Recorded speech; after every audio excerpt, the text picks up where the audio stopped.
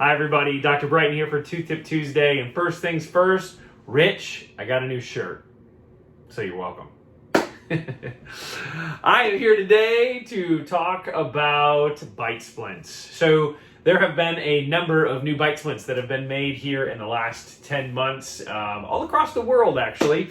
And with that though, I've had specifically questions from patients that are wondering, in particular, what are we doing when we deliver our bite splints? What is it we're trying to accomplish? Many of them have sat through some discussion of what we're trying to really do with a bite splint, and you've heard me talk about it before, how we don't want a soft splint. We don't want a mouth guard that's chewy, because we know that can actually incite more clenching and or grinding, because that chewiness actually stimulates the proprioceptive triggers in the mouth and oral cavity to chew down. And so we want a hard splint that will kind of turn that measure off. But in particular, what are we trying to actually accomplish with our bite splints? And so functionality-wise, there's two big things. One, we want to create a medium that is worn into, that's not your teeth. We don't want your teeth wearing on each other. And in addition to that, we want to have some degree of a medium that will take the force, as opposed to those forces being struck onto the teeth and then exerted into the bones that surround the teeth and cause deterioration of the jawbone and additional pocketing that can lead to things like gum disease or loosening of the teeth.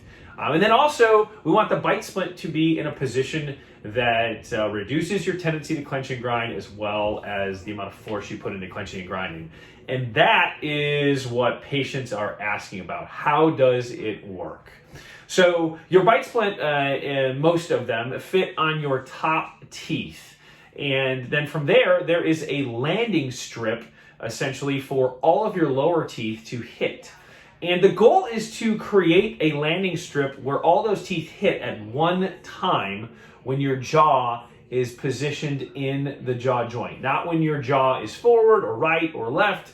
It's only when the jaw is in the jaw joint. And in that jaw joint is neutral. That's home base. And that's where all the muscles are most relaxed.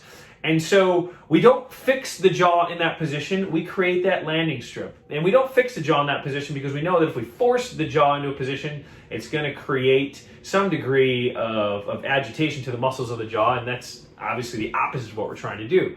So we allow that to happen passively. But how do we accomplish that? That's where it's really cool. So your teeth have a proprioceptive desire to have as much contact as possible. It's part of the reason that your teeth will actually drift. If you have missing teeth, they'll drift through space trying to find contact. And so if we create a bite splint where there's a landing strip for your lower teeth, all of them to hit at one time when the jaw is fully into that jaw joint, those lower teeth will use proprioceptive responses and signaling to tell the muscles of your jaw to actually go to that position where the jaw is fully seated in the jaw joint, to allow those teeth to all hit like a team of horses at one time. So you can imagine, if we're trying to accomplish that, we've got to make it precise for every single tooth to hit at one time when the jaw is in the jaw joint. And that takes a bit of precision and a bit of accuracy to do that. And then it takes time to get there. So that's what we're essentially trying to accomplish at those visits when we deliver a bite splint for you to take home. And that's our goal with a bite splint. So for those of you that inquired about that, I hope you found this interesting, and hopefully it explains what it is we're trying to accomplish and how we get there. If you have more questions about this, please reach out. I would love to talk to you about it. But thank you for tuning in. I hope you found that helpful. Have a great rest of your Tuesday, and have a great rest of your week. Thanks so much.